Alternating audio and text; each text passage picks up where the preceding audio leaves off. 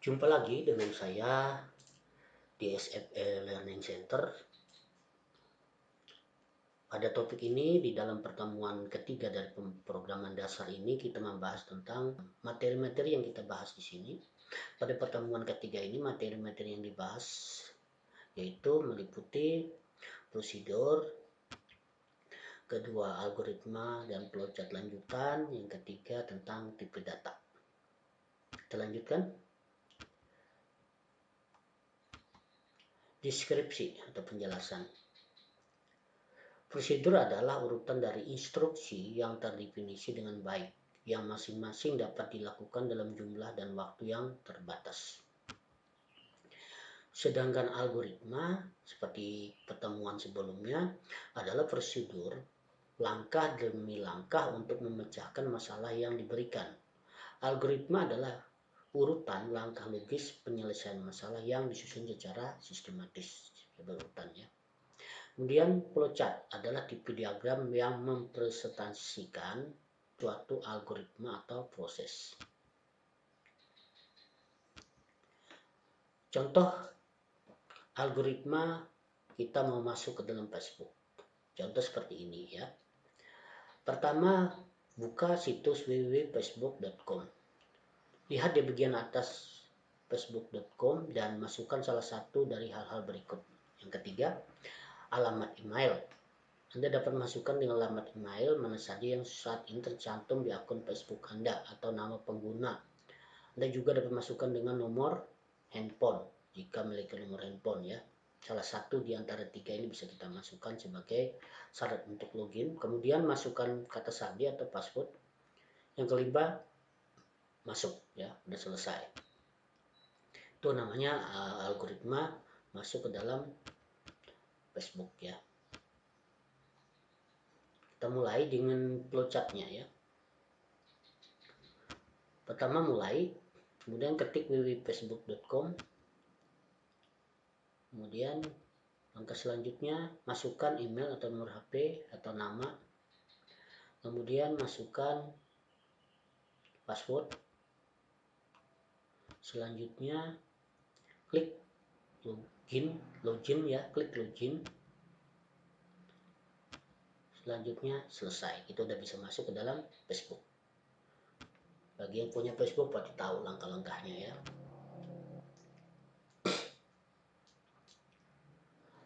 Algoritma menukarkan dua isi gelas. Seperti ini ya. Bagaimana menukarkan dua isi gelas? Gelas A berisi teh, sedangkan gelas B berisi kopi. Nah, seperti itu gambarnya. Ada gelas A teh, gelas B kopi. Yang pertama, kita sudah punya dua gelas ya. Gelas A berisi teh dan gelas B berisi kopi. Langkah selanjutnya adalah kita harus menyiapkan media lain sebagai media perantaranya, yaitu gelas C. Selanjutnya, gelas A teh dipindahkan ke gelas C ya. Dan langkah selanjutnya, isi kopi di gelas B pindahkan ke gelas A teh. Kemudian gelas C yang berisi teh tadi dipindahkan ke gelas B, sehingga kedua gelas itu menjadi tertukar ya. Nah, algoritmanya seperti ini ya. Yang pertama, beri nama gelas agar tidak tertukar, semisal gelas A teh, gelas B kopi. Dua, siapkan gelas tampung untuk memindahkan isi gelas, yaitu C. 3, pindahkan isi gelas A pada gelas teh ke dalam gelas tampung C, sehingga air dalam gelas teh akan kosong. Keempat, masukkan isi gelas B pada gelas kopi ke dalam gelas A teh, sehingga air dalam gelas kopi akan kosong. Kelima, masukkan air teh pada gelas tampung C ke dalam gelas B kopi, sehingga gelas tampung akan kosong. Keenam, isi dari masing-masing gelas sudah tertukar. Nah, ini flowchartnya. Kita mulai ya. Siapkan gelas A, B, dan C ya. Selanjutnya, pindahkan isi gelas A ke gelas C. Selanjutnya, pindahkan isi gelas B ke gelas A. Selanjutnya, pindahkan isi gelas C ke gelas B. Selanjutnya, proses selanjutnya, hasil A kopi dan B teh sudah ditukar ya hasilnya. Selanjutnya adalah selesai ya proses penukaran dua isi gelas A berisi teh, kemudian gelas B berisi kopi. Maka tertukar gelas A jadi kopi dengan gelas B menjadi teh. Itu flowchartnya ya. Setelah kita menyusun algoritma, kemudian kita menyusun flowchartnya, diagram alirnya ya. Lebih jelasnya kita lihat video ini ya. Di mana kita menyiapkan gelas A dan gelas B ya. Kemudian juga kita siapkan gelas C yang kosong ya, 3 buah gelas.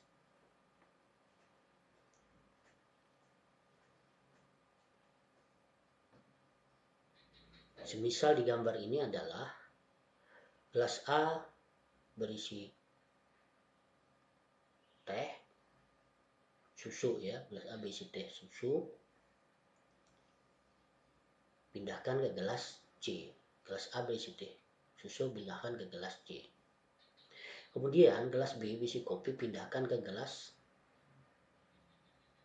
A. Sehingga gelas B menjadi kosong. Kemudian gelas C pindahkan ke gelas B.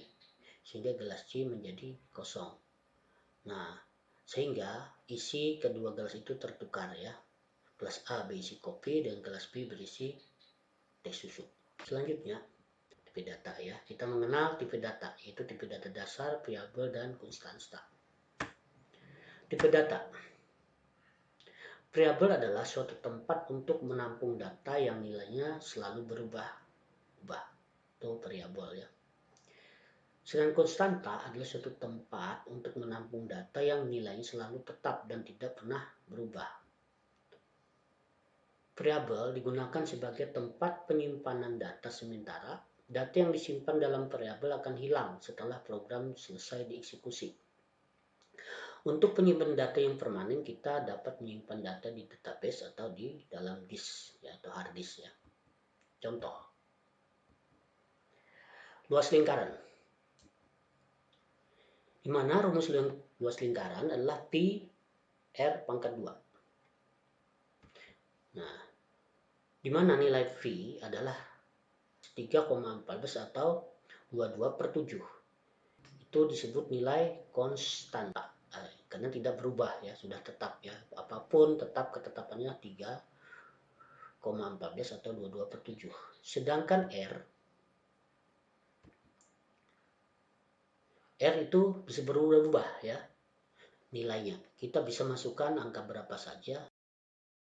Jadi R disebut variabel karena nilainya berubah-ubah. Ya, kalian pasti tahu pelajaran matematika ya waktu di SMP pasti pernah tahu apa itu konstanta apa variabel. Boleh direview kembali ya. Jadi variabel itu nilainya berubah-ubah, sedangkan konstanta itu nilainya tetap. Tipe data boolean. Data boolean disebut juga data bilangan logik. Tipe data boolean hanya mengenal dua buah nilai, yaitu benar atau salah, true and false ya. Kemudian integer. Data integer merupakan nilai bilangan bulat dalam bentuk desimal, misalnya 1, 2, 3, 4, 7, 5, 6, 5, 0, minus 89, minus 70, dan seterusnya. Tipe data integer mempunyai ranah nilai yang tidak terbatas. Dalam Turbo Pascal terdapat 5 macam tipe data integer, yaitu byte, sorin, word, integer, dan logit. Juga di program-program selanjutnya juga mengenal tipe-tipe data ini ya. Kemudian real, tipe data real.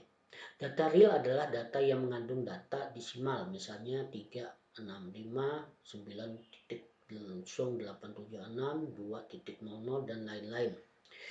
Bilangan real juga dapat dituliskan dengan notasi E, yang artinya perpangkatan 10, misalnya 230.40 E32 artinya 230.40 kali 10 pangkat 32. Itu ya. Selanjutnya, karakter. Data karakter ditulis dengan menggunakan tanda petik. Misalnya, A, petik petik Z, petik kris, petik 1, petik minus 234, petik plus, petik panah kurung kelawar ya, dan lain-lain. Tapi perlu diperhatikan, tanda petik 9 adalah karakter, tetapi jika ditulis 9 maka tipenya menjadi integer ya. Maka syarat mutlak menulis karakter harus menggunakan tanda baca petik 2 ya. Ya, itu perbedaannya ya. 5. String. Data string adalah untaian karakter-karakter dengan panjang tertentu yang terletak di antara tanda petik tunggal. Nilai data string akan menempati memori sebesar banyaknya karakter stringnya ditambah dengan 1 byte. Contoh dari data string adalah seperti teknik informatika 9876151 dan sebagainya. Ini ada 2 data ya. Itu namanya data string. Yang keenam, pointer. Pointer adalah suatu variabel yang berisi alamat yang akan disimpan pada memori. Kemudian, ordinal. Tipe data ordinal adalah tipe data yang merupakan subset dari tipe data sederhana, tipe data standar, dan tipe data yang didefinisikan sendiri oleh pemakai. Yang dimaksud dengan tipe data sederhana adalah semua tipe data kecuali tipe data real.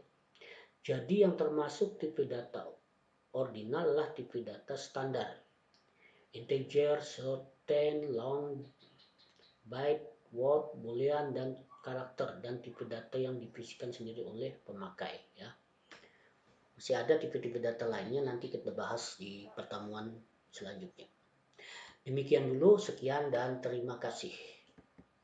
Mohon di like and subscribe di SF e-Learning Center. Terima kasih.